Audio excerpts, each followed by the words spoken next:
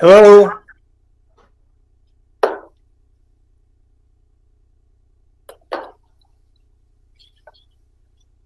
Evening, everybody. Hi, Sam.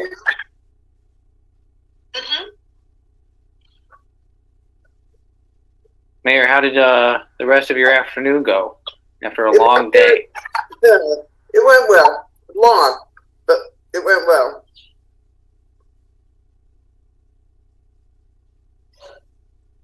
Ryan, did you understand that discussion of the deduct and non-deducted for? Yeah, I think so. I probably had a little bit of an advantage just based on the fact that I'd had some conversations with Scott and Kevin. I still don't understand, but I'm going to let it be, why we wouldn't at least ask the company to confirm that the deduct is the smaller of the two possibilities. I understand that that's a low probability thing, but if we go to them and we say, we see that this is, you're the low bidder and this was your deduct, if there's a 1 in 1,000 chance that it was actually the higher negative, if I was them, I wouldn't cop to that. I would say, oh, yep, minus 14,000. Yep, that's what we meant. So I would just ask them to confirm what the right number is. And in all likelihood, they'll say, oh, we meant to say, negative 14.7. Yeah. But then you don't ever have to wonder if you just cost yourself $100,000 by not asking the question, Yeah. But I'm also a little surprised that, and I'll defer to people that have done a lot more bidding in Connecticut, but I know that in New Hampshire and in Massachusetts, if you got a state grant, like a school construction project, it was the low bidder, period. You had to really make an overwhelming case for not going with the low bidder, and it wouldn't just be, well, they haven't built as many schools in Connecticut as we'd like. Now, in this case, it's easy because the company we want is actually the low bidder, so no issue. But if it wasn't and we wanted to go with the second low bidder, I'm surprised that under Connecticut law, that's okay. But I'll trust Kevin's judgment. Kevin's been doing this forever, so. Well, I think there's a little bit of flexibility, but not an awful lot. Yeah. Because, the whole point of competitive bidding is obviously to protect the sanctity of the process. And otherwise, I feel like it would be too easy, if town A, if the second low bidder was somehow connected, had an in with the town, I feel like that's why you have competitive bidding, to prevent the second low bidder from getting the inside track, So. I think you have to write the specs so that the value that you're making your decision on is in the specs in some way. Yep.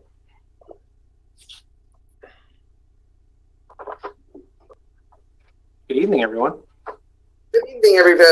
Okay, it's 7 o'clock, and we have enough people to start this meeting. So shall we start it?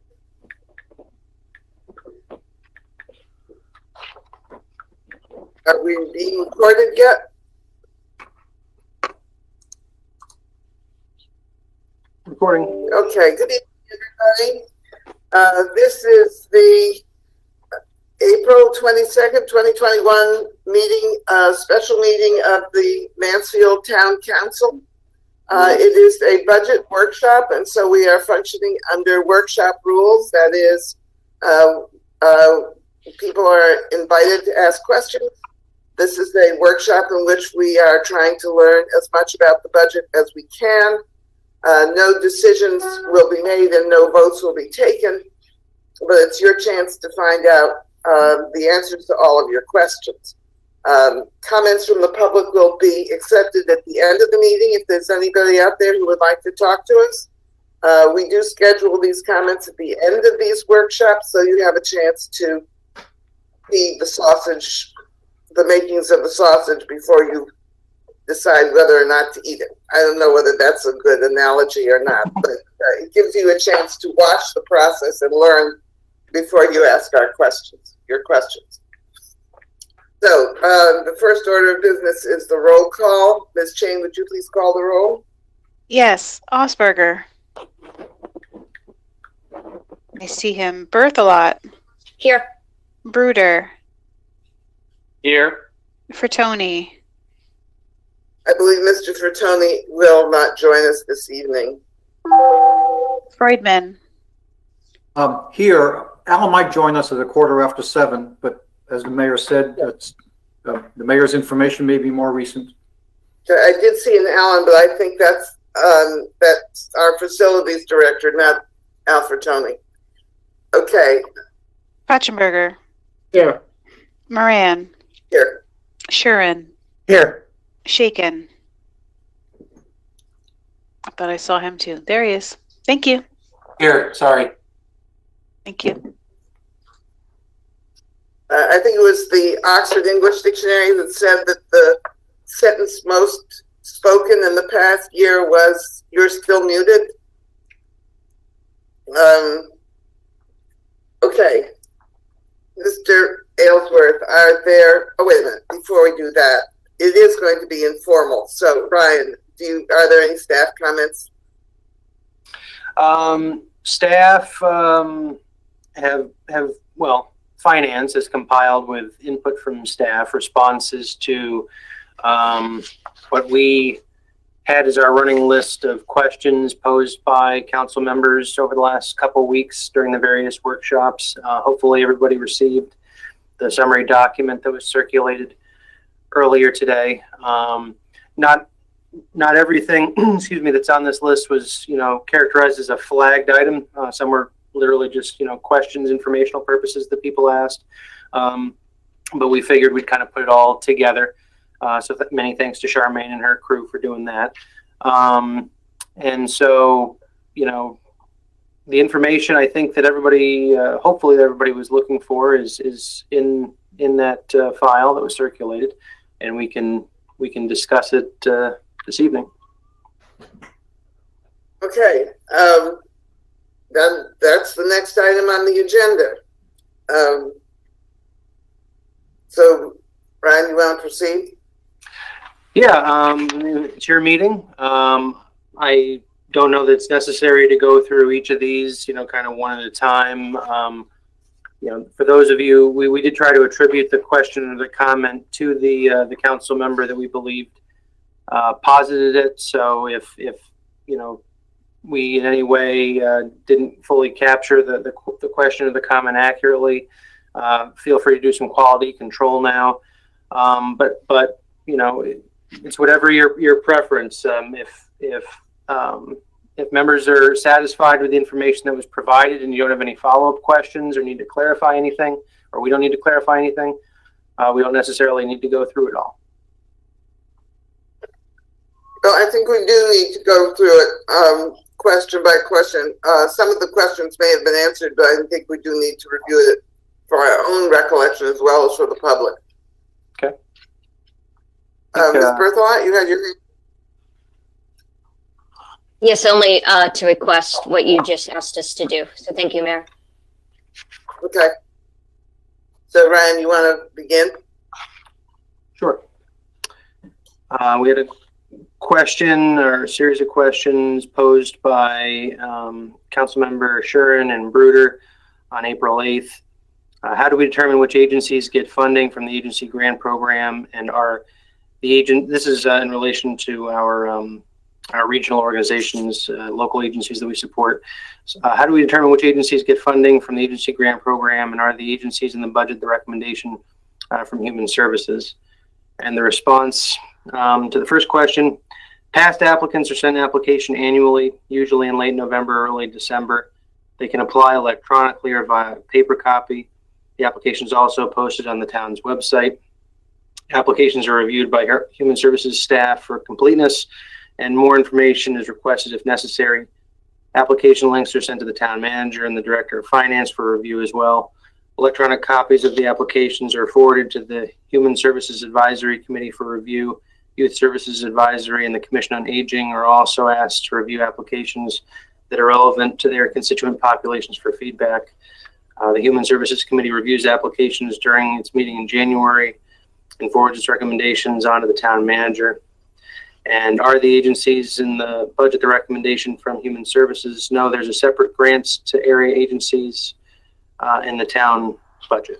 So there's a breakout of the amounts. There were embedded Excel files in the document, or an Excel file in the document that I believe contrasts the amount that was requested with the amount that was ultimately recommended or included in the budget. I didn't see that. Terry? Thank you, Tony. So I did see it, but it might be me, it might be my computer, but I'm not able to open those documents that are embedded. Others might have been more successful. Yeah. Okay. So I will go with, well, here, let me do a screen share. That'll be easier.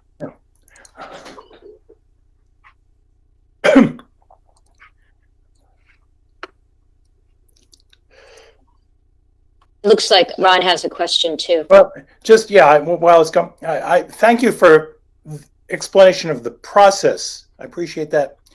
I guess what I'm really thinking of is there a statement of the criteria, the thinking, the decision process that goes into this? What are particularly meritorious, or more so this year than in past years, or less so this year than in past years? Or how is the decision made? Not just the timeline for it. And I think the question is even more meaningful since the numbers seem to remain the same from year to year. It doesn't look as if there's any real evaluation of proposals from year to year. And it would also be helpful if the council could see the application form, because that is somewhat illuminating. At least that's what I recall.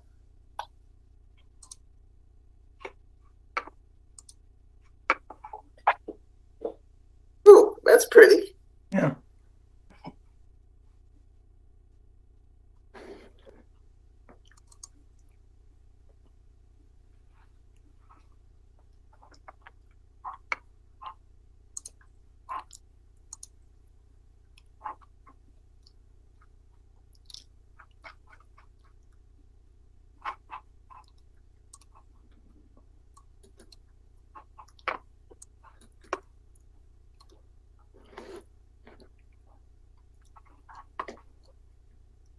All right, I see that Pat's on as well.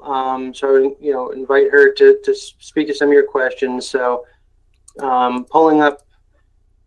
So this was a copy of the minutes, it looks like, from the Human Services Advisory Committee meeting of February 17th.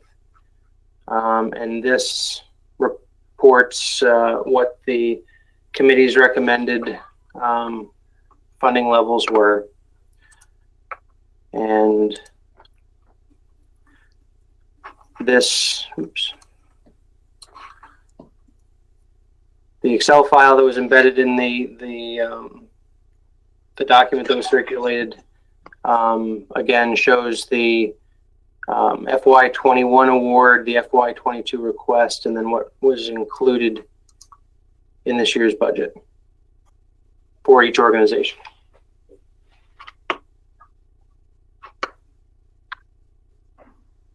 Pat, anything you want to add about the criteria, Ron asked about criteria? We can happily share the applications that are sent out or that are available online. I'd be happy to get you a copy of that. It is something I know that we have talked about doing a revision. And on the application, it asks everything from what is your full budget, what are the services that you provide, how many units of service do you provide to Mansfield residents? Where do you get your funding from? Other towns, fees.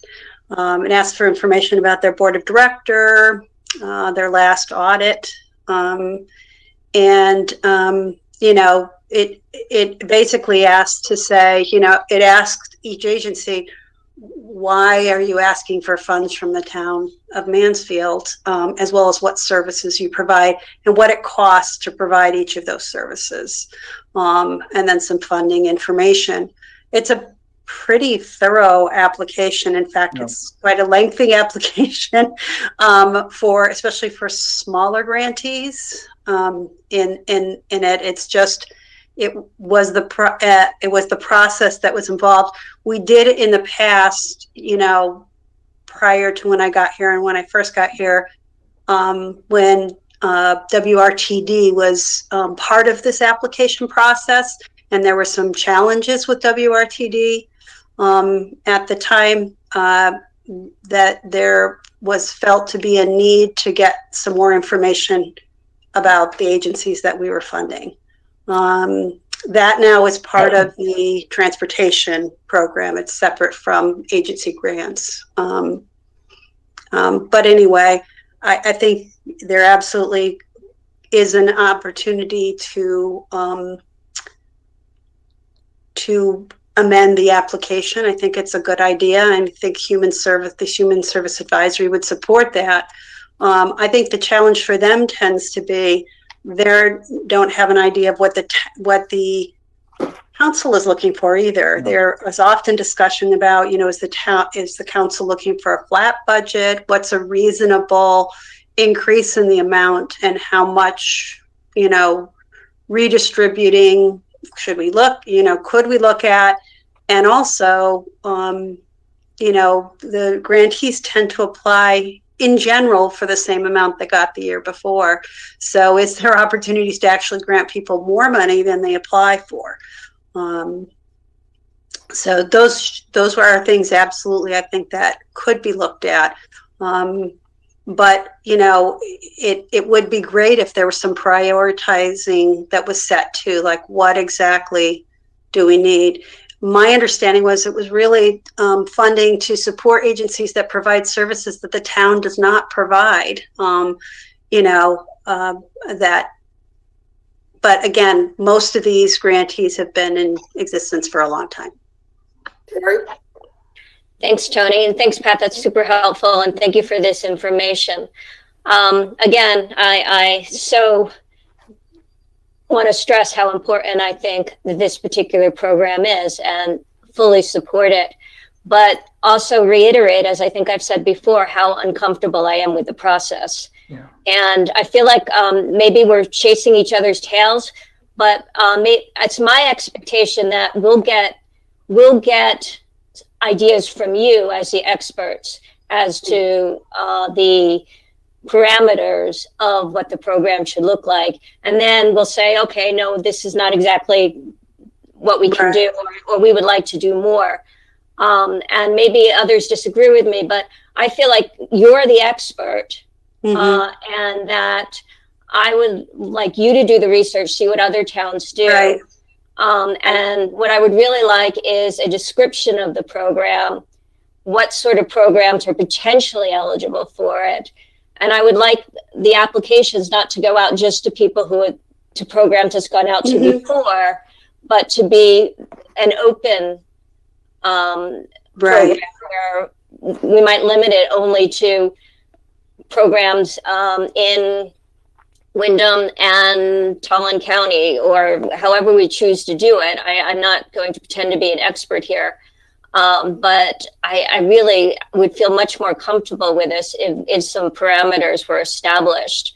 And I think this is super important, and I think this is something that we should continue to fund and probably fund better.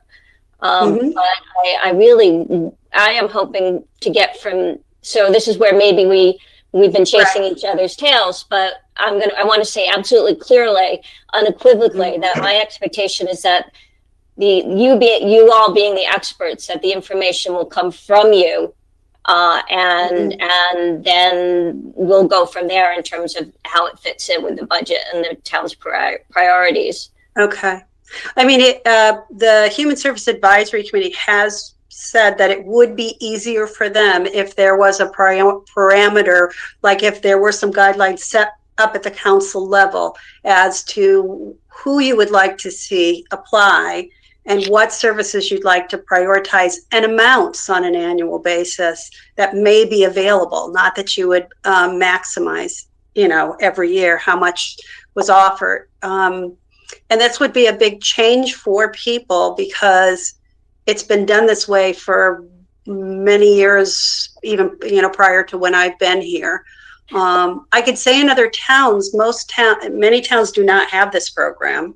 And the ones that do often don't have even an application. They just request agencies write a letter to the town council, or they come forward and do presentations to the town council.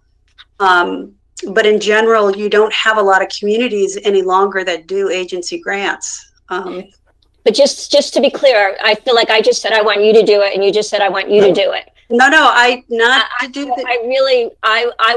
really do want it to come from you.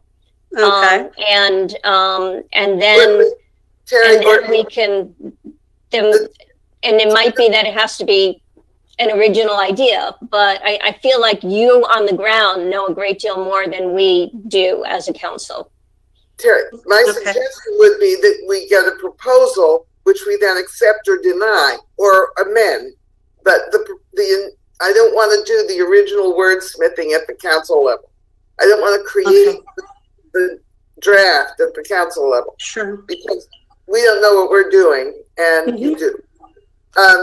Peter, followed by Ron.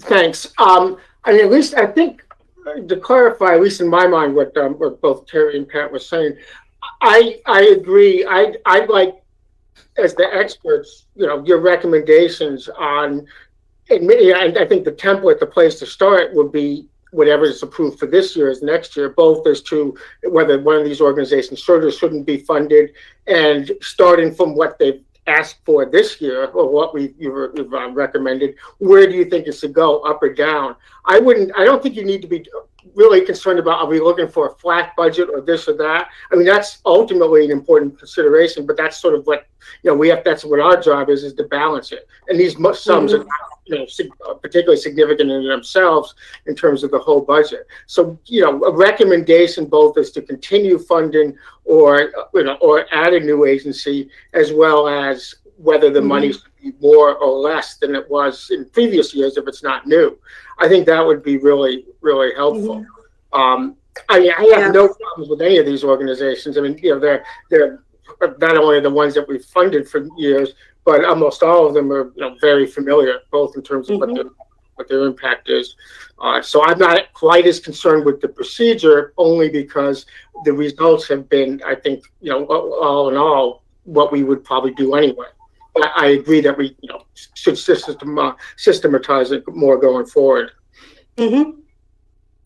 Yeah. And I do want to say we have had new agencies that have applied, that it's not just the same agencies that have come forward. In fact, we had CREC applied this year. Which is our regional action agency for prevention. So. Thanks. I think the basic principle has got to be service to Mansfield. And be above and beyond that, you can. Right. That's going to be our guide. What are they doing for us, Ron? Yeah, just to, I understand you have the quantitative, and I also agree that you are the experts, certainly not we, but you have the quantitative measures, you look at audit reports, but I just wonder if there is anybody along the way looking at the efficacy of these various programs. I don't know how you would judge that. I leave that to you, but is somebody looking at that? I would say very much the different, the Human Service Advisory Group and Youth Services and the Commission on Aging, when they discuss it, they absolutely do.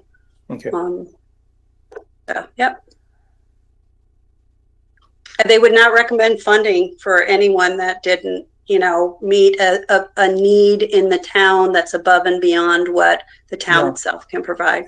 Not just in terms of number of clients served, Right. what they're Correct. doing for the clients. Right, correct.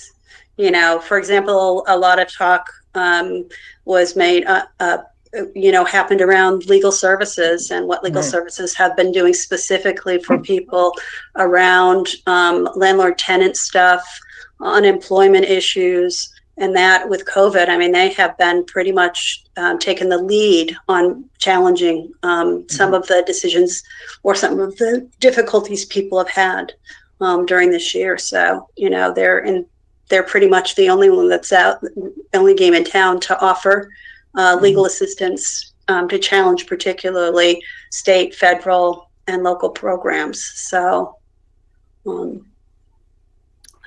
I just want to interject because I want to make sure that, because Pat and I, not surprisingly, have had our own conversations about town support for various local agencies. And what I heard Pat say just now, and this is based on past conversations I've had with her, that I think was maybe a little different than how Terry interpreted, but Pat can clarify if I'm wrong. What I thought I heard was she was saying that, not that she was thinking council would be better equipped to make the funding decisions, but that when it came to the total amount, the aggregate amount that could be available to then divvy up amongst the agencies, that having some sort of initial guidelines on how much in a given year, the total pot might be, then the Human Services Advisory Board and staff could, better determine how to allocate those resources, but that absent, sort of a better sense of whether or not that pot is growing or staying flat, a level funded year to year, makes it a little more challenging. But I want to put words in your mouth, Pat. Is that what you were saying? Or? That's correct, and I think the mayor described that when I first started here, it was actually, I believe, $40,000 a year. So it has grown, but they have taken into consideration kind of tough times financially overall in the town. As well as, again, I know that we increased funding last year for shelters and decreased another service based on, some questions about need. And that happened, I believe, at the council table. But I think it pretty much coincided with some of the discussion that happened at the committee level as well. So. I think it's important to remember that there is a process. There is an application form. It is out pretty broadly to social service agencies and their friends. The applications are reviewed by staff and by the Human Resources Committee, which is the committee which is made up of the advocates for the disabled, the aging, children's services, all of the social service advocacy groups. So even though we may not be individually participating, there is a process. And once again, I'm sometimes reminded that we need to respect our partner and volunteer commissions and boards, that those people are doing as good a work as we are, and it's important to acknowledge the work that they've done in making preparing this work for us to finally vote on. Terry? I totally appreciate the work of the volunteers and, of course, of everybody in Pat's team. I just, as long as I've been on the council, have found this to be a frustrating program and not understood why some people are getting $10,000 and some people are getting $3,000. And this is so important to me. I want to understand that. And so I would very much appreciate being able to see a copy of the application. And I'm uncomfortable with somehow that there was a fixed idea in folks' head that there was a certain dollar amount. There probably should be. I agree with you, but it didn't come from us before, and that's something we could certainly work on. But I think that first we need to see what a proposal of what the program could potentially look like, and then we could put a dollar amount on it. Some agencies say we will accept grant proposals in a range of $5,000 to $10,000 or $1,000 to $5,000. It might make some sense as we go into a budget season to set a range. On the other hand, there may be some agencies who need $15,000 and agencies who have programs that are going to run on one. I don't know how to suggest that, but I don't know whether that's a programmatic judgment or a budgetary judgment. But at some point, we might want to think about that. Ben? Just as an idea in terms of how to make a transition potentially, I think it sounds like Terry would like. It seems like Terry wants to sort of be more involved in the process, and so we have this advisory committee. They've basically expressed to Pat, it sounds like, that they don't feel like they've gotten enough direction from the council to recommend significant or any changes really to the program. And so I think we need to maybe even outside of this budget process, give them that direction. And the fact that we have many millions of dollars on our, on the way here from the American Rescue Plan, one of the few allowable uses of which is exactly this purpose, that the federal government is asking municipalities across the country to spend their money from the American Rescue Plan on a few things, one of which is to support community agencies that are serving the people that live in those municipalities, that this would give us an opportunity while we will be flush for a few years with money that we can spend on that purpose outside of our budget, to redesign a process that we could then adapt after the American Rescue Plan funding dries up in a few years to, continue to make grants out of our general fund.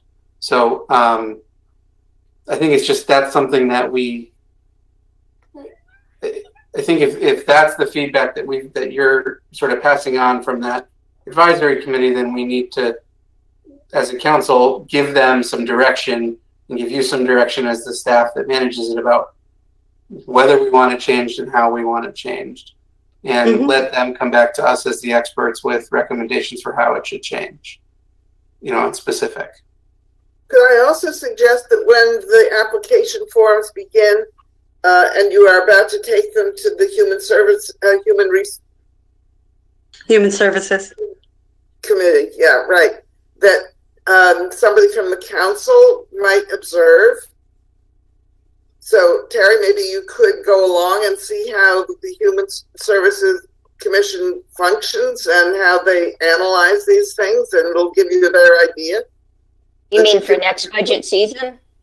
Yeah. Well, actually, I think we're going to have to design a process much faster than that for distributing some of our federal money. And that might be a process. We're going to have to decide as a council how much money we're going to allocate in that direction. But then there will have to be a special process set up for allocations. I keep thinking about the No Freeze shelter that had to rent a hotel, the motel on 195 to put people up. And I don't know where they got the funding to do that, but clearly there are Mansfield people in Mansfield for whom we are not providing support. Peter? Thanks. Right. Actually, the points you both just made, I think, we don't know how much we're going to get in the restrictions, but the point that Ben made that, one of the major purposes of this is to, for COVID-related expenses, that with some of these amounts, while it's not intentional, we're not paying anywhere near what the value of the services that our residents got. Legal service is the one I'm, most familiar with as an attorney. And Pat mentioned, not surprisingly, that they were taking a lead role in some of these areas. I think not as a permanent, base necessarily, but that we should seriously consider major increases in some of these funds to take that into account. That is why we're going to get, again, it's been pointed out, that's why we're going to get some of the federal money. And we should be, if we can, we should be paying more equivalent to what the services our people are getting. So at this point, go ahead. I'm sorry. Did I cut you off, Peter? No, go ahead. I'd like to welcome Alfred Tony back to the council. He's been away for quite some time, and it's good to see you, Al. Glad you're back. All right, so where do we go from here on this 47.5 part of the budget? Are we going to let it stand? Do you want to change it? Do you have questions about it? And we're not going to take a vote on it tonight. But my real question is, can we move off of this topic for tonight, or is there more?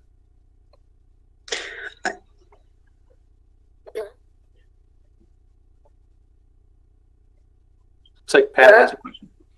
I want to make a comment. If anybody wants to look at the actual applications, we do have them available electronically, and that, you know, if you have more questions and if that would help you make some decisions, you know, those are available and could be made available to council members as well. So. Okay. Yeah. Terry, why don't we delegate you as the person who's going to represent us to this? Well, no, I'm not going to go and sit in on their meetings, but I'm happy to look at the applications. And they've already had their meetings. They've already made their decisions. But I'm happy to be a point person to begin looking at the applications. Though it might be it might be helpful. A member of the Republican caucus may want a copy as well. I don't want to assume anything. I guess I was thinking they could be made available so any council person who is interested in looking at them could see them. Yeah, just put a link up, please. So. So that would help with this problem for this year. But we're still faced with the issue of distributing ARC money and also thinking for the future. Peter, you want something you want to add? I'm not sure, and maybe we have. I'm not sure if we've given, at least for this year, clear instructions for where we want to go, for considering this. Or guidance, is a better term. For the reasons we just talked about, I'm happy if they want, if you guys want to go back and reconsider these in terms of increase, any should be significantly increased because, again, of the services that were provided, need to be provided, and the federal funds we will presumably get to help pay for that. So I don't want to leave that to next year. While we don't know a lot of the details yet, we have enough to at least make a projection, a special projection for this year. So I don't know if that's the wish of the council, but I would like these amounts, to be reconsidered in light of that. Well, tonight we're discussing budget questions. We're not voting. When the budget comes to us, that'll be one of the things we can amend. But we're not going to amend the process for the current upcoming budget year. No, I meant the amounts. When should we consider whether we should have, When we have final votes on the budget, we will have. If you want to cut or add, you can make amendments to the budget to cut or add. Right. But we'll want to get recommendations before that. I think we have the recommendations before us. So my point was, given that whether and it's up to social services, the Pat's people, whether they want to recommend, given as Ben pointed out, the federal money, whether they actually do want to recommend increases in any of these, given that. Because I would support that, but it's up to the council as a whole and the Pat's group. But I think we'd want that information before the final time. If there's a recommendation, for example, to increase legal services to 12,000, okay, maybe that's good. But we'd like to know that before we vote on the final budget. Okay, remembering that any increase caused by COVID can be funded by ARP money. That's what I meant. Yeah. But that is outside the budget. We don't need to do that as part of the budget. We do that separately. Okay. Also, because we have no idea how much money we're getting or what the rules are yet. But we're assuming that that's what we can do. We've been told that the money can be spent on nonprofits who provided services related to COVID during this past year. Okay. Thank you. Ben. Yeah, I actually think the American Rescue Plan funding is substantially broader than that. The sections that create the municipal spending account do not limit our expenditures to only COVID-related expenses. We have a pretty that may be our limitation when it comes to covering some of our internal operating expenses in the past and moving forward. But the federal bill gives us a very, very significant latitude to fund social services for our population moving forward, to fund individual support for people in our community and our businesses, economic support, workforce development. It is a shockingly and sweepingly broad piece of legislation, and it essentially is passing it's passing billions of dollars. It's two and a bunch $billion to Connecticut municipalities with the intention that it be turned around into the community. So as far as I know, the only restriction on those funds that is written in statute is that we aren't allowed to use it to pay for any of our pension liabilities. So I just listening to what folks have said, I agree with Tony that this is the recommendation we've received from the Human Services Advisory Committee for this year. I don't think our options are as limited as have been presented. I think we as a council could appropriate a block of money without earmarking it for specific agencies, and for example in the budget, and then convene a new process that would incorporate grants using the American Rescue Plan dollars that will come to us early this summer, probably before the end of the fiscal year, or at least start flowing to us then. And so I don't think we need to say, well, we're done for this year, let's redesign something for next year necessarily. Well, although I do think that it's clear that this is the recommendation that the Human Services Advisory Committee has made to us for this year. I think we can honor that recommendation and keep that funding in our budget while also redesigning the process to work through the American Rescue Plan dollars in a way that we can then adapt into future budget years.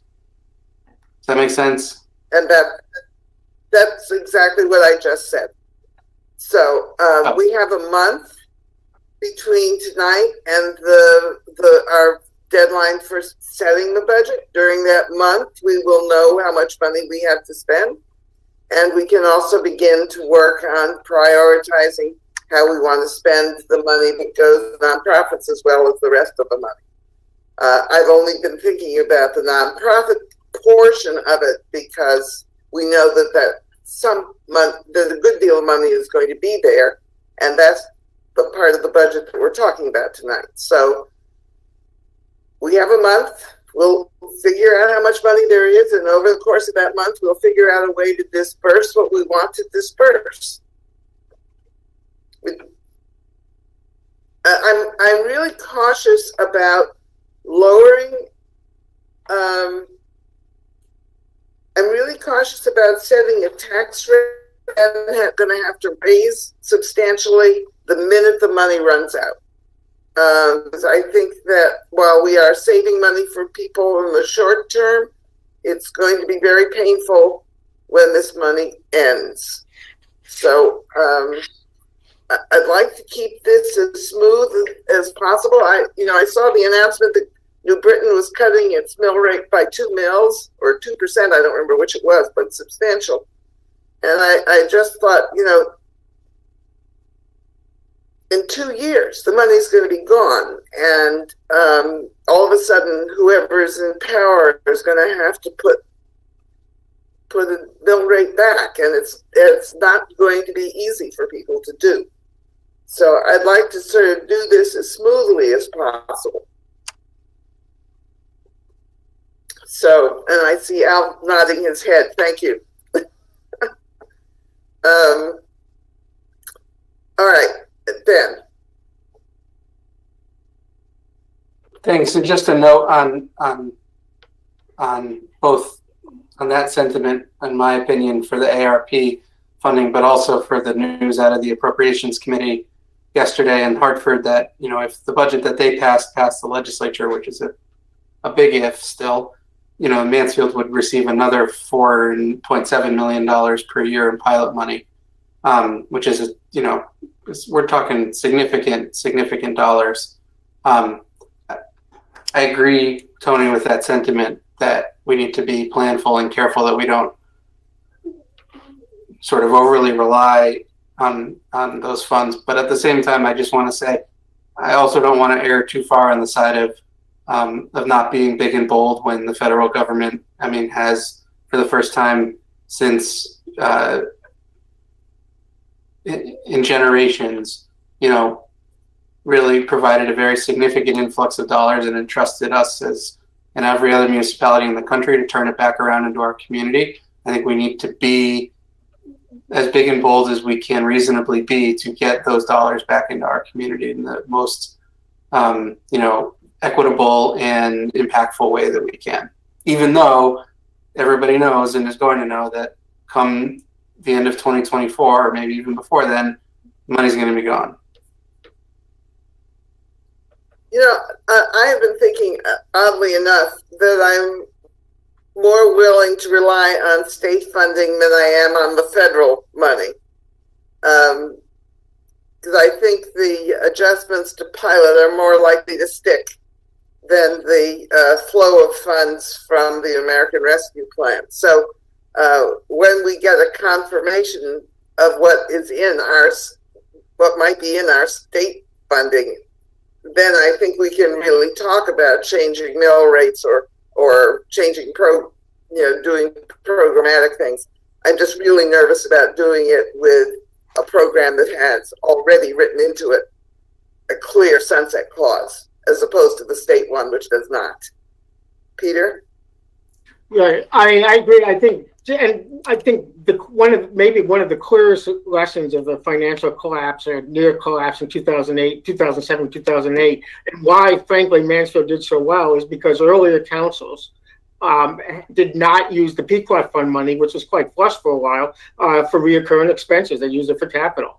And that decision saved us compared to so many of our fellow other communities in the state. And obviously we want to do the same thing here, although here we have a positive environment where we're, in a sense, right now we're thinking about where to spend it.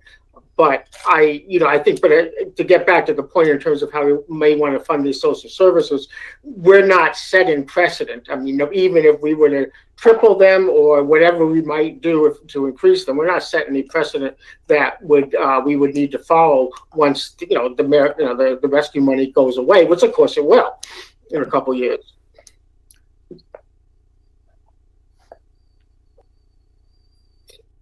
Ron, did you have any hand up? Just every board I've ever served on has as this mantra, one-time money for one-time things.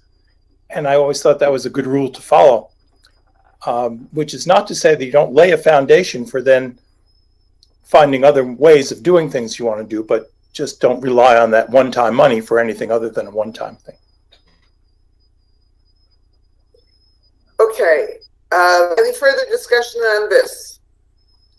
What I think is we have come to is that Pat Schneider will make the grant applications available for all of us to read, to consider. When we come to voting on the budget, if people want to add or subtract from what is in the budget as it stands, we can do that.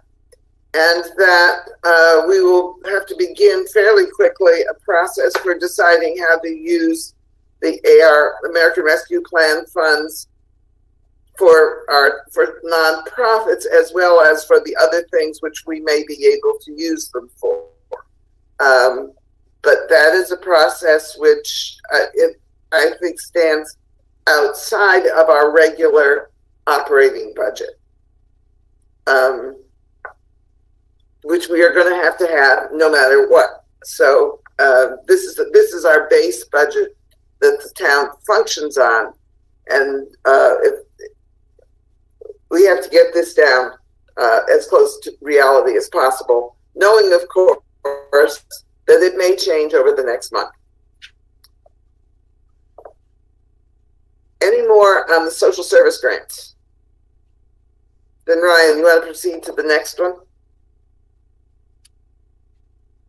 So on a similar topic related to human services, council members Berthelot and Bruder, I don't remember which asked the question specifically, but Questions were posed. What work has been done regarding restorative justice and the juvenile review program? And then on a related note, have we reached out to Region 19 regarding work done on juvenile review?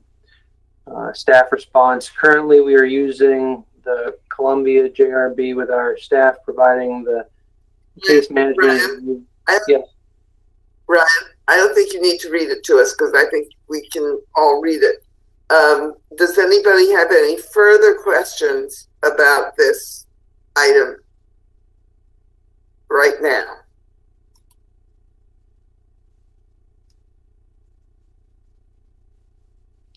No further questions about the juvenile justice issue?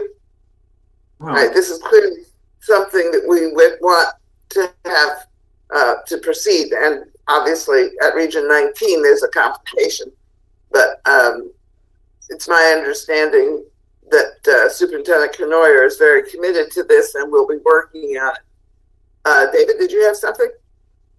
No, I just wanted, I don't know that the Juvenile Review Board is something we have to discuss or in some way now. I don't believe it's in the budget for the coming fiscal year. I mean, it's a good topic for conversation, I'm sure, but I'm just not sure I understand why it's being brought up now within the context of budget review. Just because we were talking about human services and this is an important issue. Terry? And I would just say, thank you, Mr. Friedman, that the reason I raised it was I was concerned whether it needed to be a budget, like whether money needed to be set aside. And I think that I'm understanding that it's already in the works and that doesn't have to happen. I hope somebody will correct me if I'm wrong. Sam? I don't have an answer for my esteemed colleague as to whether or not what she said, but if I could also, it sounds like well, you know what? This isn't budget related. Could we have this possibly as a future agenda item on a regular town council meeting? We could do that. Okay, let's do that. All right, the next item was Peter's. Ben? Sorry. Can I just ask that statement in the form of a question to Ryan or Pat? Is there anything budgetarily that would move that isn't in this budget that could be added that would move the Juvenile Review Board into sort of high gear to make it happen more quickly? Or is it something that you've already got the funding for and it's just been a needing to respond to COVID that's caused it to be delayed? You are correct that COVID really kind of put the brakes on it a bit. I think one of the challenges would be is if the business of diversion picks up. Currently, we do not have any social work services that are designated to the high school. We pretty much serve the Mansfield Board of Education. So if we saw a lot of activity around the high school, there may be some implications down the line. But at this point, that is not the issue. With actually getting the Juvenile Review Board up and running. Do we need to have conversations with Region 19 about social services? I think that would, this decision happened a long time ago to not serve the high school population as a youth service bureau, and it's kind of unique to our community. So it would, it probably does need to happen in general, but it would really be a decision of the town to, and it would also be a staffing decision to start offering social work services through the town youth service bureau to high school students. Charlie?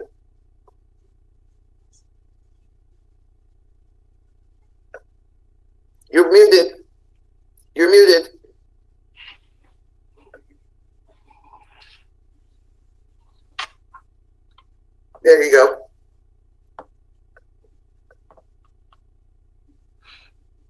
We still can't hear you. I'm sorry, Charlie, we can't hear a word. I think you're gonna have to sign out and come back in again.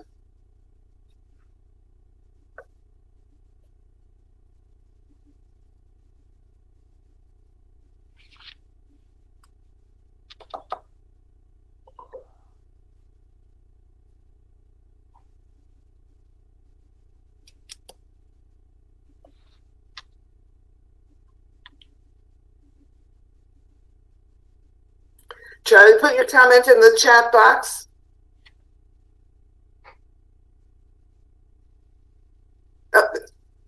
Say something. Just a second. I can see you. Come back to me. We got you. We got you. Just keep talking. All right. When you say that it was 5 years ago, or you say that it was a long time ago with regard to the high school with social services in the high school, what kind of a time frame are we talking? Well previous to my starting here, and probably around the time that the school went regional. I've been here for almost 8 years. So, and they have, it was quite a period of time before I got here, when they stopped serving the high school students. Yeah, I can tell you from experience that my daughter was involved with the social services program through the high school that we started when she graduated out of 8th grade and went to E.O. Smith. And this was only about 4.5, 5 years ago. And I understand that the program was recently stopped, I believe, 1.5 years ago. And most of the people went into private practice. Which was kind of odd because when we started the program, there was a concern on the part of many of the students that were going from high school and from 8th grade and transitioning into high school, that where we have the same services and the same process that we had when we were meeting at Mansfield Youth Services in the town hall. And there was a concern whether or not that, you know, we could carry this forward. And so we created this program where we met, and I'm just kind of curious. And having talked with the people that were the head of that program roughly about 1 year ago, they said that it was stopped, and I was just kind of curious, you know, why that would have gotten stopped, because you know you have that period, you know, from when you go to 8th grade, the next 4 years, that transition. It's like it's a lifeline for families. I think you're specifically talking about consulting psychiatrist service, which is different from our regular youth service bureau social work services, which have not. Oh no, that's not what it was. High school students. It was a group that was offered through the high school, correct? Correct, but it was an extension of Mansfield Youth Services through Chuck Levinson and Dr. Haney. Correct. I believe. Right. Correct. That isn't the service that I'm talking about. Okay. It seems to me that given the potential for an influx of funding, that this might be a project that the town might want to expand into. And maybe we could ask Pat to investigate and put this on a future agenda as a future budget item. Somewhere in the next month, if it is an appropriate thing for us to do.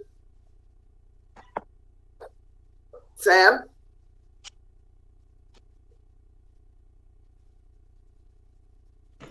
Sam agrees. Yeah, almost said thank you. Would that be an appropriate thing? Would council members agree that that would be one thing that we might use some additional funding for? I would be on board for that. Okay, so Pat, can you do something around that over the next month so that when we do our final votes, we have either a proposal or no proposal? Absolutely, and I would certainly include our, our youth service supervisor, who has been, kind of spearheading the juvenile review board and other projects. Good. That sounds like a wonderful idea. Ben? Thanks. And I think follow up on that, and also just on the conversation we had with Kelly last week, I would just encourage any sort of conversations that you're having with the school, with Mansfield Board of Ed around, expanding social services in our school system using, as students return in the fall from COVID, that we make sure that we are including the high school in this, and just also, a hope that the high school is as willing to participate as I know the Mansfield Board of Ed is in these conversations. And frankly, I hope that Ashford and Willington would be willing as communities and as councils or, boards of selectmen to also sort of just come up with a way to be there and not let the bureaucracy of the different silos that we all operate in stop there being a very comprehensive menu of social services, behavioral health services available to students when they return in September. I just think it's something that we are going to have the resources to do one way or another through our American Rescue Plan dollars, through the ESSER dollars that school districts will get.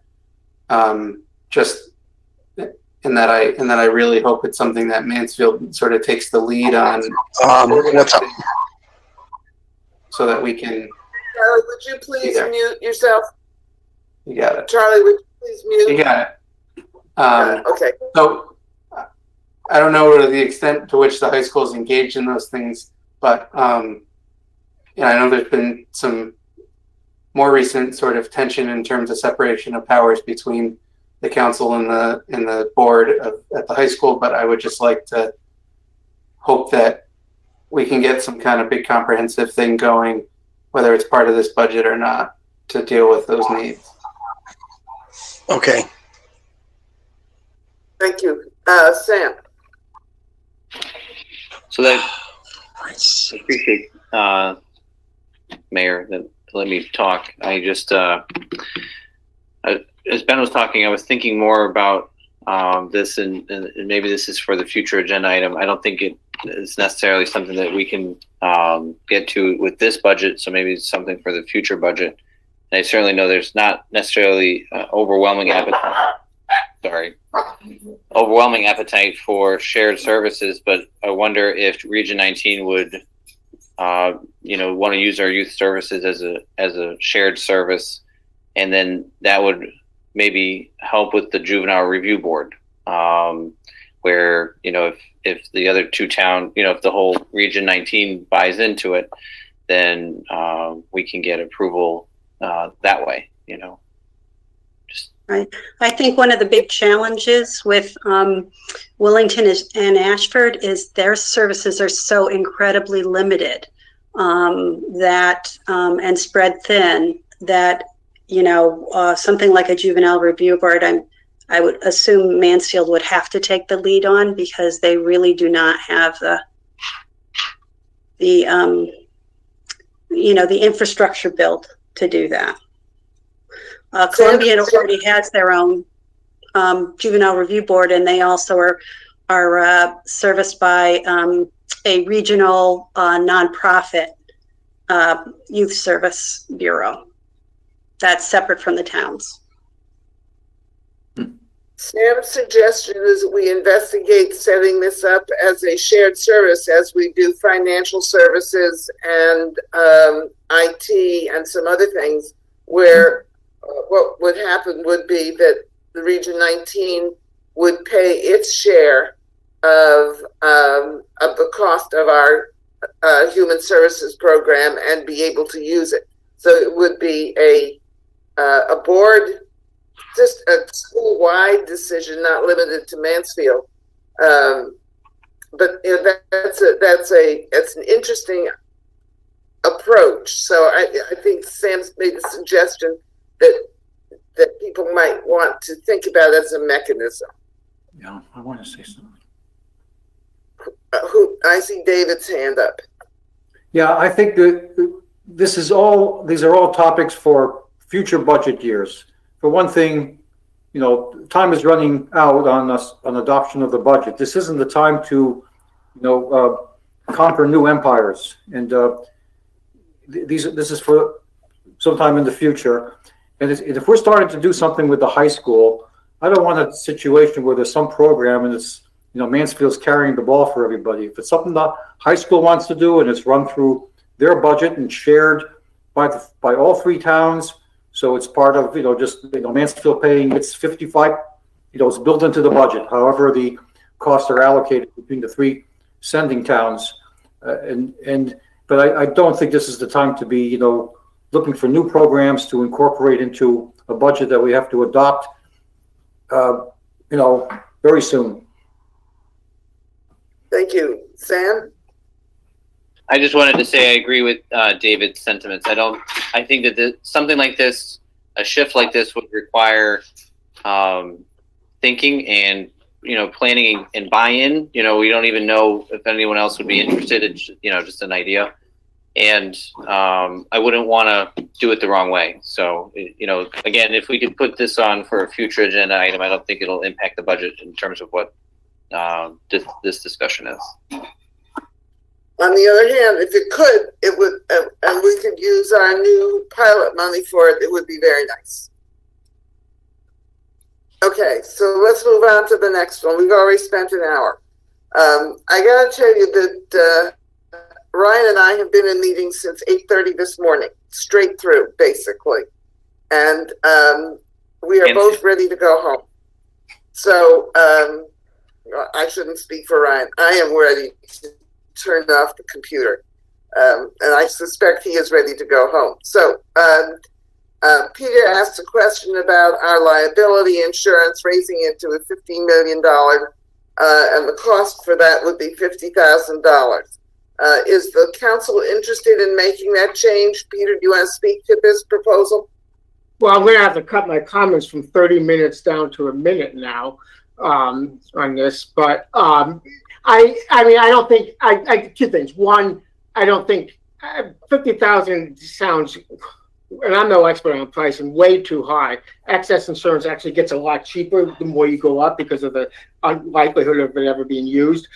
So I'd like to just work, Charmaine and I talked to broker USRC. If 50,000 is actually the premium that they're proposing to charge, then I would not recommend that we go up. Earlier, but again, I'm not holding USI, our broker, to any specific numbers. It was, we were asked them informally, but the numbers we were quoted then were $8,000 to $10,000 a year, $8,000 to $12,000 a year or so to go up $5 million. And this is 3 to 4 times that amount. So, and if that's what it is, that's what it is. And I would withdraw my, a recommendation, unless the council wanted to go anyway. But I think we can just find out. I'd just like to work with Charmaine and just find out a little more about this quote.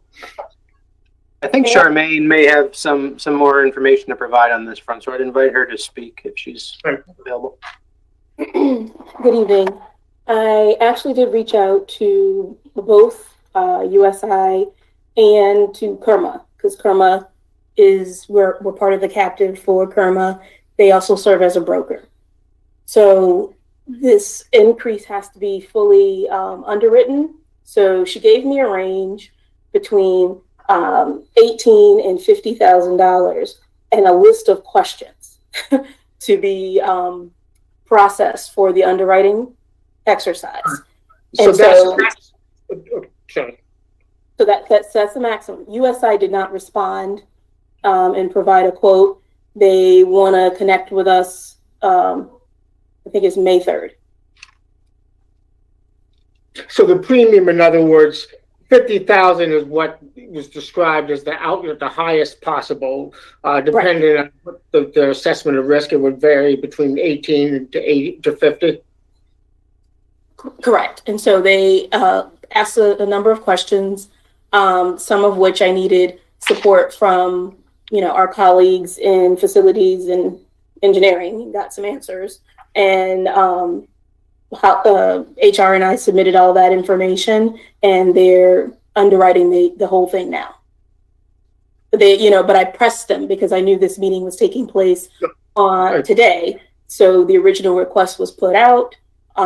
They started working on it. I didn't get an answer within 3 days. So I asked them to spitball it for me, and that's what they gave. And again, USI wanted to have a more robust discussion about it and weren't in a position to give their version of a quote for tonight. Okay. So, thank you, first of all, for doing all that work on it, as well as the other people in town that helped. I guess we should wait. So I think the answer is to wait and see what they're more, once they've been answered, what the actual quote is. Unless the town council as a whole thinks that even if it's the low end, 18,000, it's not worth it, in which case there's no sense going through that exercise. But if there's a possibility, then we might as well see what Kermit comes back with, having viewed our information. Okay, so we can hold off on that. David? I just want to point out that when we had a consultant in to discuss that with us, he felt that the $10 million liability coverage we had now was typical and sufficient for a town with our population and our profile, as insurance experts look at it. I just want to understand something. If we were to be voting on the budget now, what is the default? Are we staying at 10 million unless something changes? Yes. Yes. Okay. David, I guess my take on that is, he was fairly cautious, and I had a conversation later with the town attorney. He was more describing what most towns in our size and region do. He wasn't really making a recommendation in terms of, that we shouldn't or shouldn't do it. But he was describing that more the towns in our area. So I'm not sure how relevant that's going to become in the future. But the towns in our area, of roughly our size, have a $5 to $10 million umbrella excess policy. And to Mr. Freudman's comment, Kerma also echoed the same general sentiment in discussion with staff. So it was not necessarily brought before the finance committee or the council, but as we do our work to figure out kind of what our premiums are going to be for the coverage that we have, especially in light of sort of the shift and changes with us no longer having to, worry about certain other things associated with like those SROs. They pretty much said the same thing. So I didn't bring it back to finance committee because it was echoing pretty much what USI had already shared several months earlier.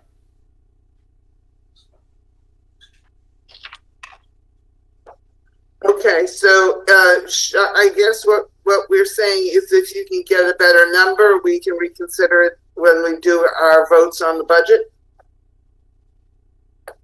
$50,000, nobody seems willing to spend that kind of money for this. But if it comes out much lower, we can reconsider it. Just to put it in the right context, I don't know if everybody has the budget figures in front of them, but right now we're paying about $215,000 total on our general liability insurance. So if it was on the low end, if it was closer to $18,000, that would be like an 8% increase in the total premium burden, and it would be closer to like a 22-23% increase if it was 50. So just want to put some context to it. All right, so what I'm hearing is that the discussion has not ended, and it won't end until we get a better number. Is that correct? Is that what I'm hearing? I agree. Or do you want to just... Okay, let's get a better number. All right, next item is the impact of removing the fees to attend the parks and other locations. And like Terry, I couldn't get into this either. So can somebody tell us what that would be? Pulling that up now.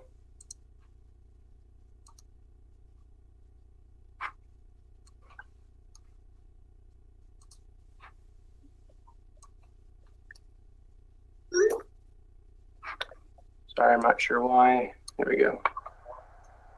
So this was the Word document, and Jay is on the line, so I'll encourage him to chime in. But I believe this shows that the current budget's carrying about $3,000 in total revenue for resident and non-resident fees here, and then a little over $6,000 for the special events. So combined, you're talking about a little under $10,000 lost revenue or forfeited revenue, so to speak, if there wasn't a fee attached to it. Jay, anything you want to clarify there? Just one clarity, Ryan, on that one is I did include in the Halloween event that we get about $750 on local sponsors. So my memo may be slightly confusing, but the bottom line, if you wanted to fund the pond without a fee and our other special events that we have identified here, Halloween, Valentine's, special tag sale, trail, and some miscellaneous other ones, it'd be $7,900 because we'd remove some of we would still anticipate getting local sponsorships for events such as Halloween. Jay, how much does it cost you to enforce these fees? Such as the pond, what does it cost us? Yeah. So we You have, gotta be spending money to have somebody collecting it. You gotta be spending money to manage the banking and accounting. Is it worth $10,000? well, if we take the pond alone, I don't have that number in front of me, but you're right. We do pay a staff person to be at that collection booth point. So we do use a rotation with the lifeguards. I won't get into all the reasons why, but basically you don't want a guard sitting the entire time. They're on shift, so their paid break, so to speak, it's not really the right word, but the rotation is to the gatehouse to collect fees. So in theory, we would still be paying those people. That makes sense because we want to rotate them away from the water from time to time. I know, but you could let them go take a break some other way. But Hey, I'm with you on we this. do have to staff it. This is really more of a pain to the public than it's worth to the taxpayer. Ben? I agree. I think it makes sense to continue to sell sponsorships for Halloween to businesses, and but the $2, $25 season pass, whatever for the pond, $25 to go to the party. I think it's worth the money to make Bicentennial Pond free and accessible to all, as it is if you're not swimming, I should say. The only time you get charged to go to the Bicentennial Pond Park is when there's lifeguards on duty in the summer. And the experience that I had that caused me to flag this is I went one day when it was like 65 degrees outside, but it was August and we just were looking for a place to hang. And we went and sat on the beach, and one of the lifeguards said, "Hey, actually, you got to pay us $2 if you're going to sit on the beach, because that means one of us has to go sit in the lifeguard chair to make sure if you go in the water, there's a lifeguard on duty," which I get. But I think, Bicentennial is one of those places where I see a lot of families doing stuff year round, and I think a lot of these other events make sense to just sort of eliminate fees for folks, and $7,000 a year is definitely something I think we should be able to incorporate into the budget. One man's opinion. Charlie, followed by Sam.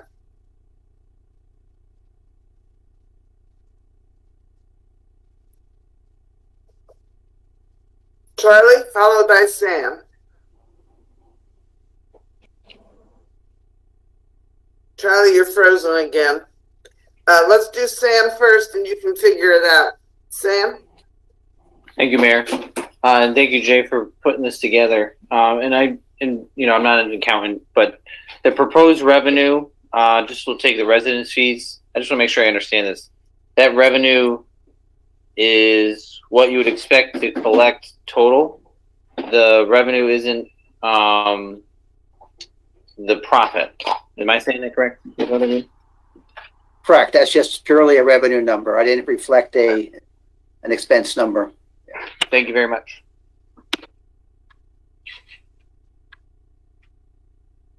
Charlie, are you back?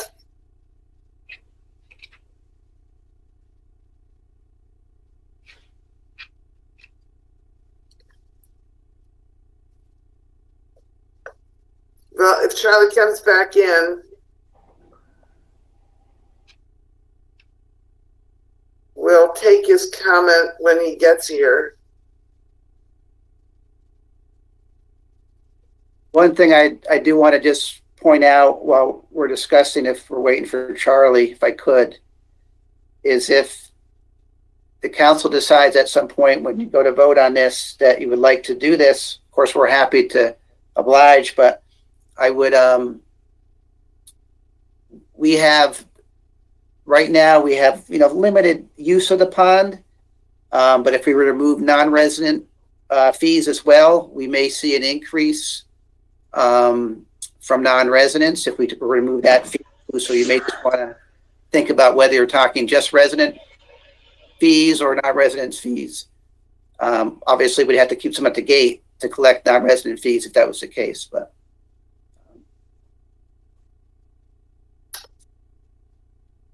Charlie, did you have something to say about this?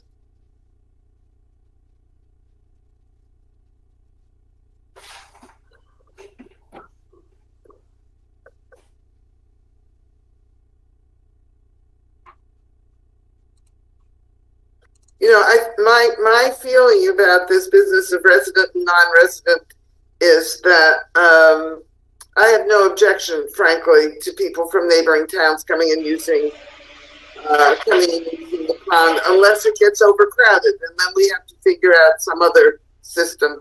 But I really am somewhat concerned about the implications of reserving it solely for Mansfield. Ben, did you have anything on that? Yeah, I would just agree. I don't. Part of the attraction for me is to remove, a higher barrier to entry to our parks, to the one park that we charge admission to. By the way, we have a number of town trails and parks. Bicentennial is the only one we have where there's, staff lifeguards that we charge admission to, and so yeah, I would. My support would be only if we eliminated fees for all, not just for Mansfield residents. I will also say, on that day that I was there, to Jay's credit, the Parks and Rec department, to my observation, has not at all, skimped on a safe level of staffing. There were multiple lifeguards on duty that day, and I think multiple lifeguards on duty every day, to the point where they would definitely be able to handle an increased demand of the use of that beach. So I think, by which I mean to say, I think we're a ways off from utilization of Bicentennial increasing to the point where we see more significant budget implication on the town, on the staffing of the park during the summer. Unless I'm incorrect, Jay, I observe there's lots of folks working in a particular day. So. No, I think that's a good observation, and we try to refine that staffing when we can. The use down there has been low in the last 5 or 6 years, I guess. We've tried to do some things to attract people back. A couple of years back, we had the Whibbit, that blown up inflatable in the pond, and of course last year we had COVID, so things were very different. But I would say that we would comfortably staff it with the same patterns that we've been using, we budgeted for, and hopefully we do see more folks down there, residents and non-residents. We're happy to see more activity. We've done a lot of improvements down there at the park, the trail, the pond, and I know Jennifer Kostman's working on a plan on the water quality. We've done a few things with that too, so we feel like it's a real good attribute for the town. A nice gem.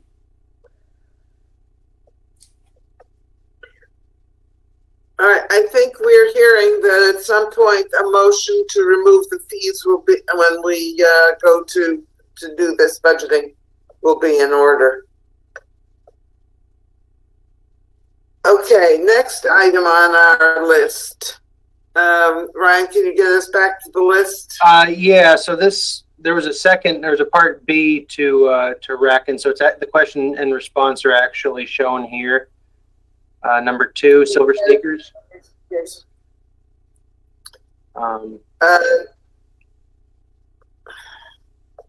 Ms. Terry, this is obviously under serious consideration in the Finance Committee with a recommendation coming to the council from there at some point. Do you want us to talk about it more right now? No, I think this is obviously being handled, and obviously it should come out of the Finance Committee. So thank you for the update. All right, next item.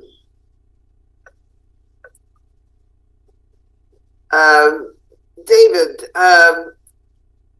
you had some questions about the Mansfield Discovery Depot roof. Do you want to discuss it? No, unless my colleagues would. I didn't have any questions about it. I just said I wasn't in favor of keeping the facility open, not spending money on it. It's not a core function of government, and it's feel it's time to get out of it. And if the state, I would just say, if I'd give them a year's notice, I'd close it.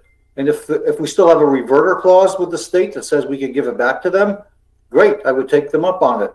If not, if they say no, they don't want it back, or we're stuck with it, then I don't want to be hostage to a bunch of old buildings that are costing me a lot of money, not performing a core municipal function. And if I had to, I'd demolish the building if I can't just sell it to a private. If the state doesn't take it back off our hands or let us sell it, then that's the other option, is to demolish it. But I have no question about the roof. Okay, thank you. Your next question was about whether we really needed the long ladder fire truck. Again, it really wasn't the question. I had asked the acting or interim fire chief how many times we've actually, of course I knew the answer was never. I asked how many times we had to call Yukon to, as in the movies, I didn't put it that way, but, extricate somebody from the 4th or 5th floor, with a long ladder and smash the window and extricate a terrified occupant who had no way of getting out. And this day and age, fortunately, that's very rare, because you have sprinkler systems, you have smoke alarms, and buildings get evacuated. There are 2 exits. And I asked how many times have we actually had to call Yukon for use of a ladder truck to describe the scenario I just did, and there wasn't any. So I'm saying, what do we need a $1.1 million piece of gear? Not every little town needs to have every possible piece of gear. And if the worst thing happened and there was that kind of very unlikely emergency, that's why Yukon has a big ladder truck. It has a lot of high-rise dorms, McMahon, Hilltop, several other buildings that are 4 stories high or maybe more. And I'd say that's an expense I don't want to make. So I'll just say right now that $170,000 in the capital improvements program, I would not be in favor of it. I would take it out if I could make an amendment. But you don't have any questions for tonight? No, I was just expressing my view about that. I have no question. I know what your view is. We're asking questions about the budget, but we don't need to go there any further. And the answer about reusing different money is clearly in the answer.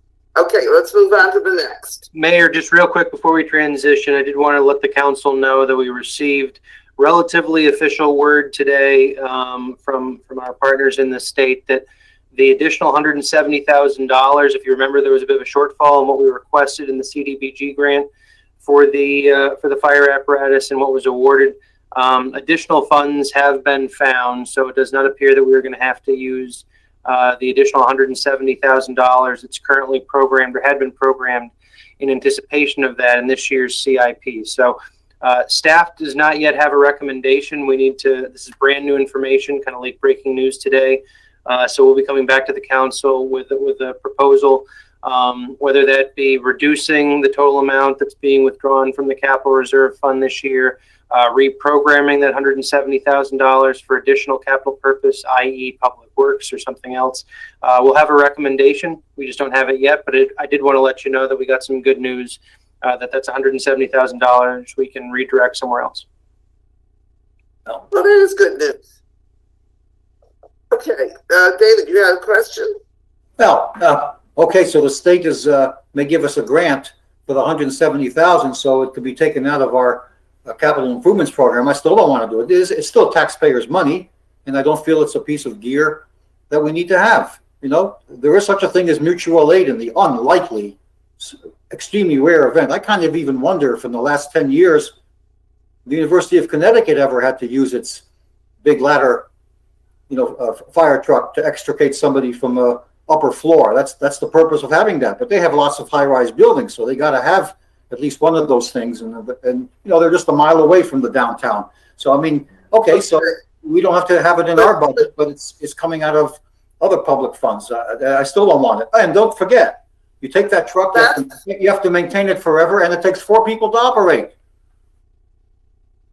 So that's your amendment. When we come to the budget, you will amend removing that truck, the Quint, from the capital budget when it comes time. Peter. Thanks. Just on the, if we could just, Ryan, if we just go back to the previous slide, just a question. So as I read about the Yukon responses, 11 resulted in a fire within the building that the university played an integral part. So that doesn't tell us, and I'm not asking for us to get that information at this point, but that doesn't tell us whether in fact the ladder truck was necessary, or even, whether the ladder truck was sent, or if it was, whether it was necessary as a ladder truck as opposed to other functions or other trucks. I'm not asking for that information, but I just want to make sure that I'm reading this correctly, that we don't know how many times Yukon, Storrs Center needed the ladder truck specifically for a fire. That's correct. As worded based on our ability to pull various forms of data, I don't think we were able to isolate that, query that in that way. So this is without a really exhaustive, intensive scrubbing of the data. This is about as good as we could do, quick and dirty. Yeah, and that's fine. Thank you. I appreciate this. I mean, this is helpful. Thanks. Thank you. Okay, next. Is there anything else? Our next one is the issues regarding So the DPW CIP, basically. Oh no, the first one was, can we add to the roads? Can we get more roads done? Right. And so I believe John is still on, so I'll let him speak to his responses, clarify his responses.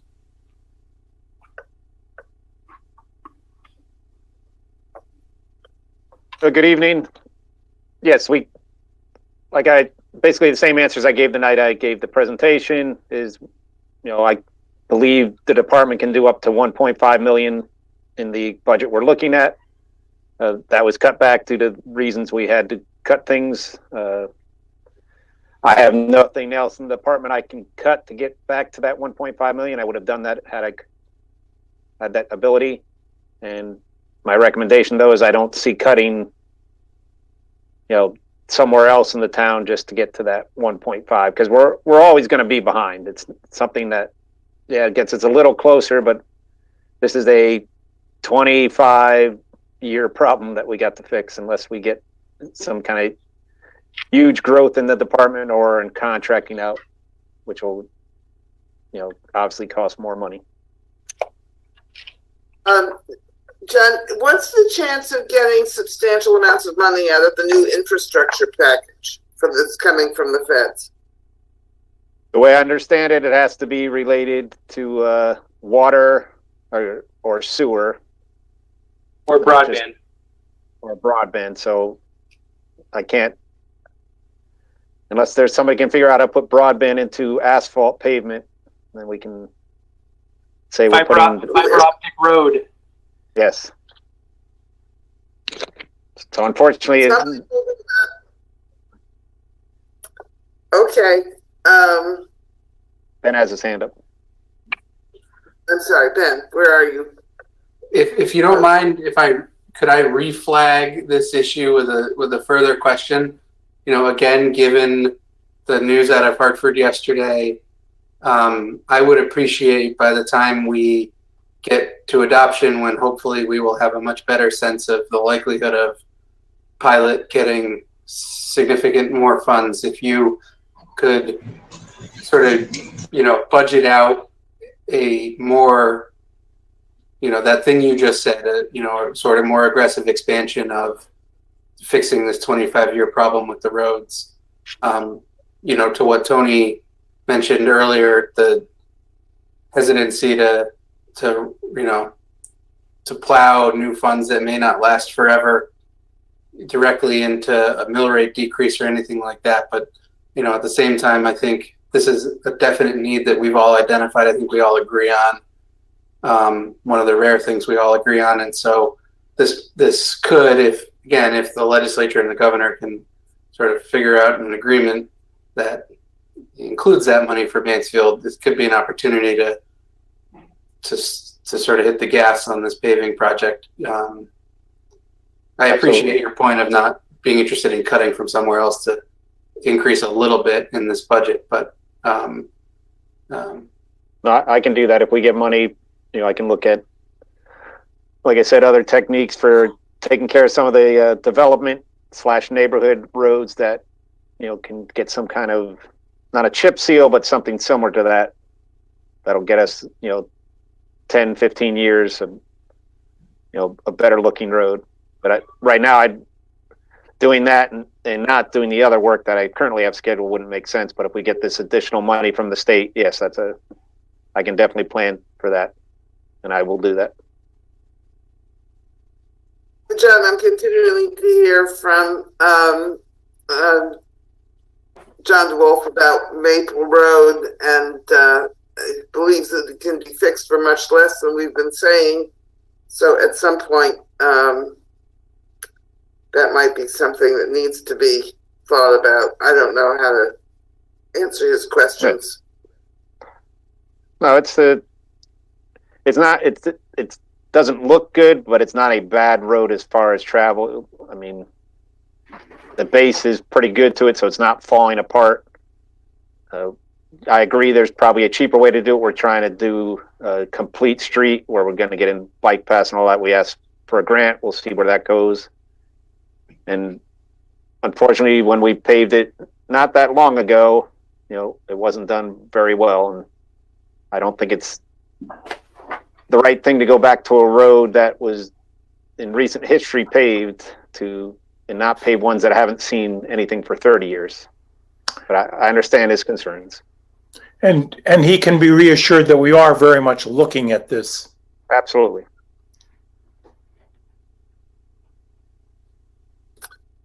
David?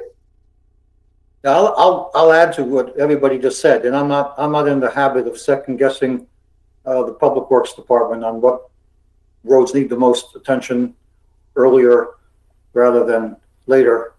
So there.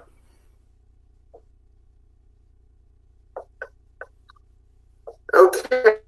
The next issue is the Nashville Garage, and I think that has answered the question. I believe that David will still object to this payment, but I think the answer to your question about why we're doing it is there. David, questions only, not statements about position, because we know your position. Well, you know, my position, which is still a question, is under the agreement that we have, is this considered a major system that we are having to replace? I think it's a matter of interpretation. A major system would be structure, electrical system, maybe if there's an elevator or lighting system.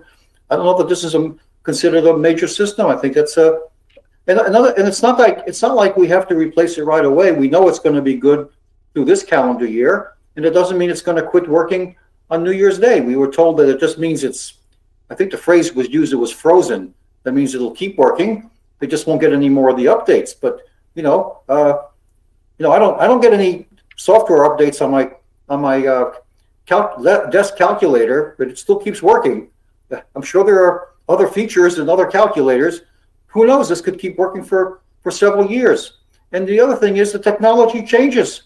You could wind up putting a new system in, and then I could just see it happening, saying, oh, the technology has changed. Cars are going to have built-in, Easy Pass, and it's going to tie in with all these different systems, not just toll roads. I mean, I would wait. Okay, we know your position, David, but it is not a question. All right, next item. We know about the roof. Well, what about the roof? Can we get by with just patching it?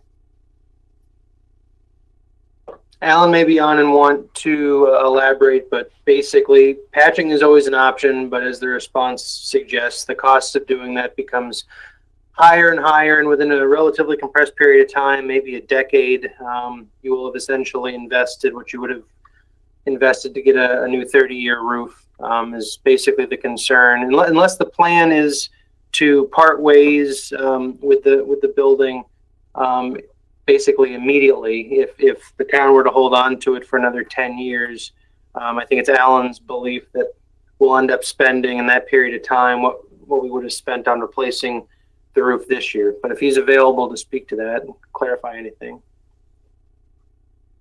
Hi, Alan. Yep, I'm here. Yeah, I would. Ryan stated that well. I would agree with them. Right now, we're fighting a leak that's been leaking in, I think, the yellow room, and the roofer gave us some new pictures that show it pretty well worn out in a good section of it that we might have to replace. So he says the insulation underneath is also wet there, which is actually not a good sign. So. All right, further questions on the roof? Seeing none, let's go to the next one.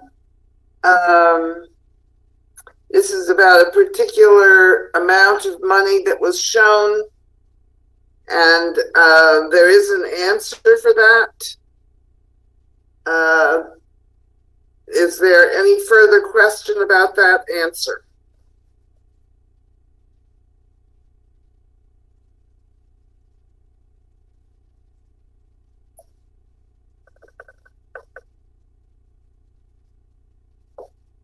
Seeing none,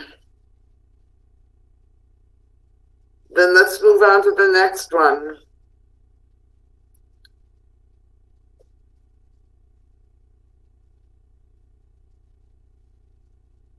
This is again a question about the division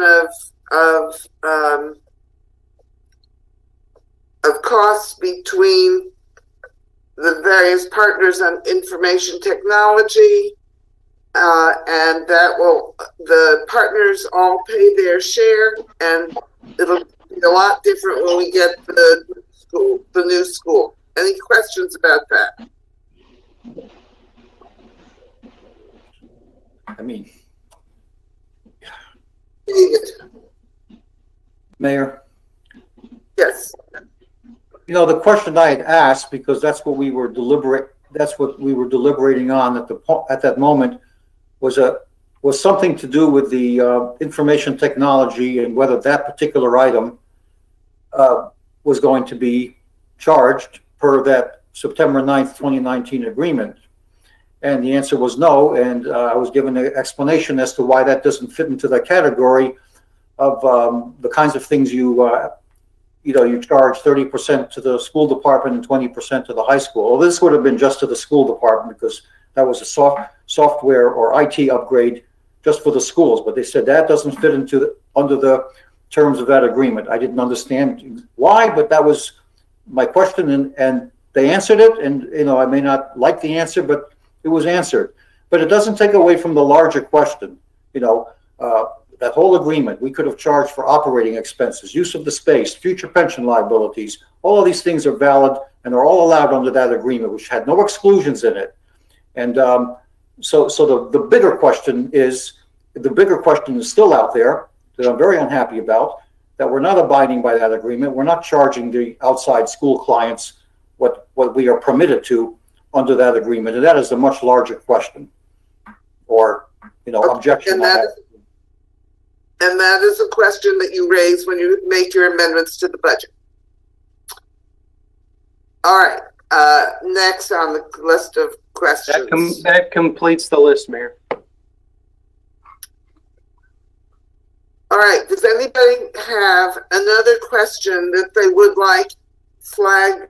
Another issue that they would like flagged? Ben. I would just add to my request of John earlier. We've delayed our adoption to be much closer. I'm correct about that, right? We're no longer planning to adopt the budget on Monday, correct? Correct. So we will have to adopt the budget likely before we have a state budget from the General Assembly, but I would I'd appreciate at least a general framework from you, Ryan, about now that we have some more information from the legislature, should the Appropriations Committee budget or something like it come to fruition, what would your recommendation be for the council to modify? And then, with the likelihood that we'll have to adopt a budget before we know that, and we'll then go to town meeting right after we might know either what's an amendment how could we do it so that we're able to account for the possibility of increased funds without having to bank on it if we don't know that yet. So that's my sort of major flag, is what would you change if the state were to provide the funding that the Appropriations Committee budget provides? Understood. And for those, I know Ben alluded to it earlier, but for those who haven't seen it, it's about $4.7 million in additional funding that Mansfield would receive above and beyond what was in the governor's recommended budget, because this reflects the recent changes to the pilot formula. So there's a little bit of offsets in the ECS funding because there's a new formula going into effect there too. But for us, additional $4 to $5 million or over $4 million in municipal aid obviously has a very considerable impact when you consider our total tax levy is about $36 million, I think. So that's a pretty big swing in the pendulum if it was funded at that level. All right. Ben, do you see any signs that anybody is considering taking Mansfield out? Don't say those words out loud, Mayor. I haven't said them out loud. No. All right. But I also do a different job at the General Assembly, so I don't really monitor what's going on with Mansfield unless I can read it in a document like I read it in yesterday's document.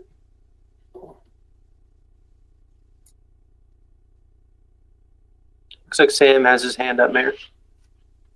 Yeah, I called on it. Go ahead, Sam. Oh, I didn't hear you, Mayor. Thank you. The other thing, if we could flag for the next budget discussion is, we don't know what our funding will be from the town or coming to the town, not only from the AMR, but also from the pilot.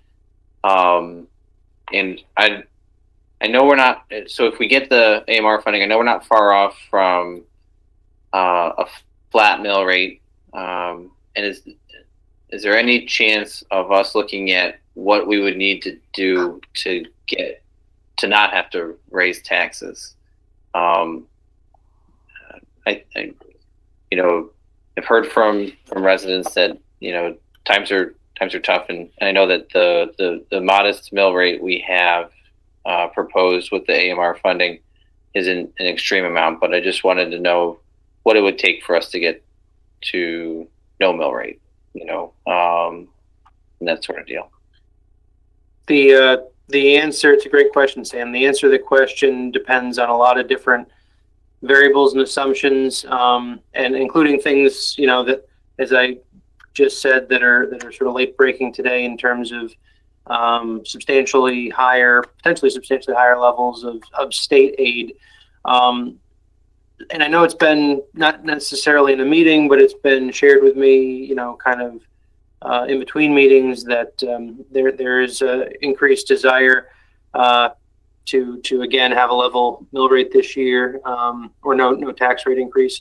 And I guess one of the questions I would pose to the council, and you don't necessarily need to answer now, but an answer would be needed relatively soon, is, if we set aside all these things that may be happening and just focus on, that which is certain now. So as good as things look, with this additional state aid, if we just say right now, we don't know that for sure, we're just going to set that aside for now. We'll know more later. I guess the key question I would ask is, if a goal is to come in at, if not below, the current mill rate, is it the council's desire to do that, focusing on the revenue side of the equation, or is the council's desire to have staff identify potential offsets on the expenditure side? I guess what I'm trying to say is, there's a lot of different ways you can get there. You could reduce expenditures, you could increase revenues, you could do a combination of the two. I haven't heard the council say as of yet, or identify any areas as of yet, that I think you're suggesting we should be reducing the expenditure side of the budget. But we would want to know that sooner than later so that we don't focus on the wrong area to make those adjustments to hit a desired mill rate. Thank you. I didn't want you to think that I was laughing at you. I was looking at David's reaction, so it looks like he has something he wants to say too.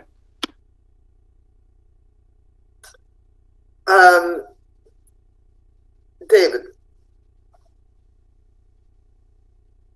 I am always glad and encouraged when my colleagues, especially from across the aisle, have an expression for sought after frugality, as in not increasing taxes and or the mill rate, however you term it. And I have offered suggestions, and I can offer them again. I mentioned the ladder truck. All right, it's not found money just because we get it from maybe getting a grant. I've referred to the positioning and marketing plan for $50,000. And if I may, and this is supposed to be a budget discussion, in the fiscal year that ended last June, so that's the budget from that ended June of 2020 that we deliberated on 2 years ago, there was $75,000 for positioning and marketing, and there's $50,000 in the current budget, and you're proposing another $50,000. If I can be allowed a little leeway here, I'd like to say that on April 13th, I was at the Town Diversity Relations Committee, where Cynthia Van Zelm talks about, the economic development, and it's basically about the positioning and marketing, although she doesn't refer to that particular line, CIP item by that name. And somebody at the meeting asked her, what do we have to show for it so far? And essentially the answer was nada. I mean, she said that she puts out brochures and sends them to local realtors. In your response, none that she mentioned. She did say, however, that over time, there's been, get this, 36 hits to the website. Well, whoop-de-doo. But no nibbles, no inquiries about, from developers or investors or anything like that. I also criticized, sorry, Ryan, I really am, the $25,000 for strategic planning. You know how I feel about Discovery Depot. What, you want to keep it going for another 10 years? That's good to know. You only want to keep it going for another decade. Maybe you should cut bait now. It's not something we have to be in. You know how I feel about the old town hall. There's still that $50,000 that we put in the CIP. I think it was put in the previous fiscal year, the one that, for 2019-2020. And then if we get the 50,000 grant from the historical office there, the State Historic Preservation Office, then that sets us on the road to that expense and possibly many more. And you know how I feel about the parking garage. I'm not so sure we have to jump in and put that money in. Anyway, I could talk about other things, how we spend on education. We're spending $6,000 more per pupil per year. 3 years ago, I suggested closing an elementary school. The enrollment has been down by over 200 students in the last 11 years. They could easily fit into two of them. That would have saved us a couple of million now in the last 2 years. Because when I proposed 3 years ago, I was saying with a year's notice, okay, I know you don't want to hear this. I can go on. I've made my point. Plenty of ways to cut spending, and then we would achieve what I thought I heard somebody say, would like to see the mill rate stay the same. I think it could actually be brought down.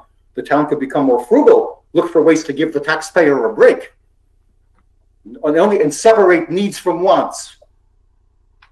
Tony, Okay, Mr. Deacon. just to add to a flag for you, Ryan, to respond to your question. Yeah, I would like to see your proposal for what you and the staff would recommend a zero mill rate budget looks like.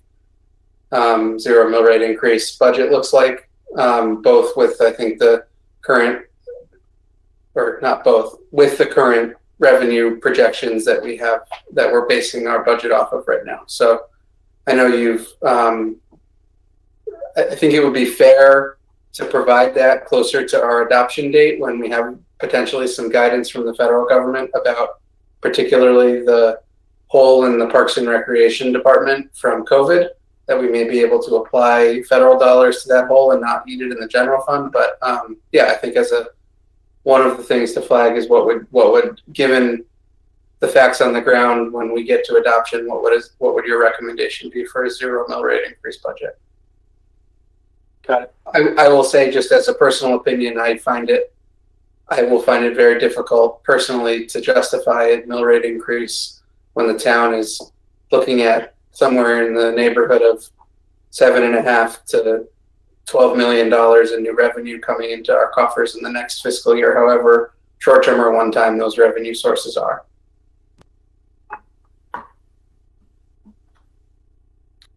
Ron.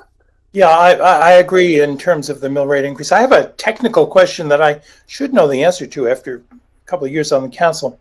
If a budget is adopted, and should we have a town meeting approved by the town meeting, and then during the year, unanticipated revenues come in from whatever source, without changing the mill rate, can these be added to the expenditure side of the budget simply by act of council?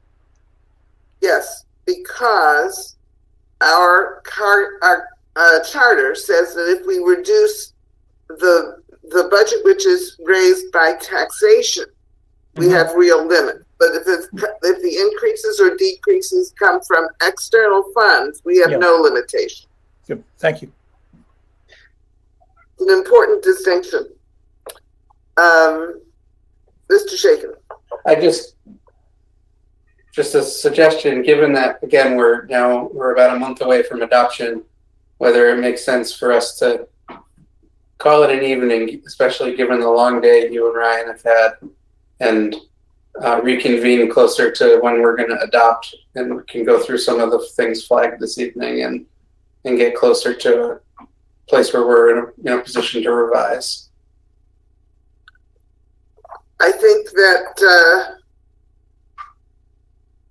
bringing this meeting to an end is a very good idea. I think that Ryan asked us a very specific question, and I think that the council as a whole has traditionally been committed to maintaining services.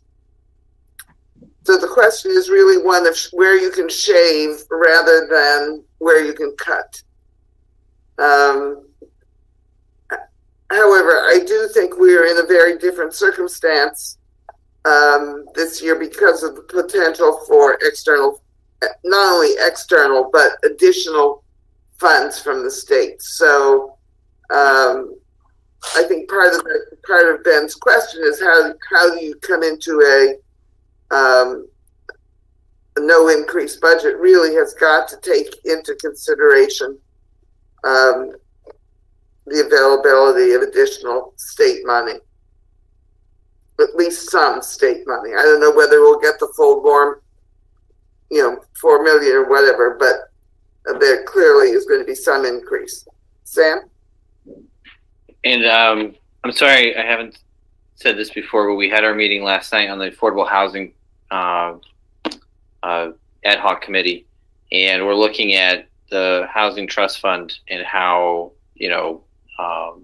generally how to fund it and then how to prioritize it and things like that. And I could put it on everyone's radar that, certainly if we get, additional pilot money, or I don't think the AMR money would necessarily qualify, but certainly if we get the pilot money, maybe trying to provide a jump start to that fund would be great. But I know there's a lot of priorities, and that's not guaranteed money. But it's just I just wanted to at least say that it was, we were talking about how to fund it, and if we get more for pilot, then that might be helpful. Interesting idea. Any further comments? Is there anybody from the public who wishes to address us?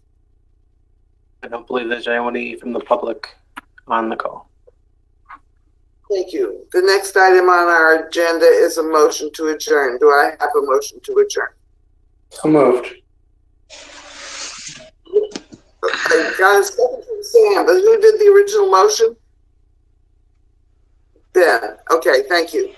I would like to thank everybody, particularly staff, for hanging on with us through these difficult discussions, because they are the most important thing the council does. All those in favor of adjourning, raise your hand or sign off. I have a question. Question, Charlie? Just going forward, we had that public comments day on the 19th, and it was between 1 and 2 o'clock in the afternoon. I'm wondering if we could maybe consider having those on a time when people are around and they're not working. The next one, the second of the two, will be in the evening.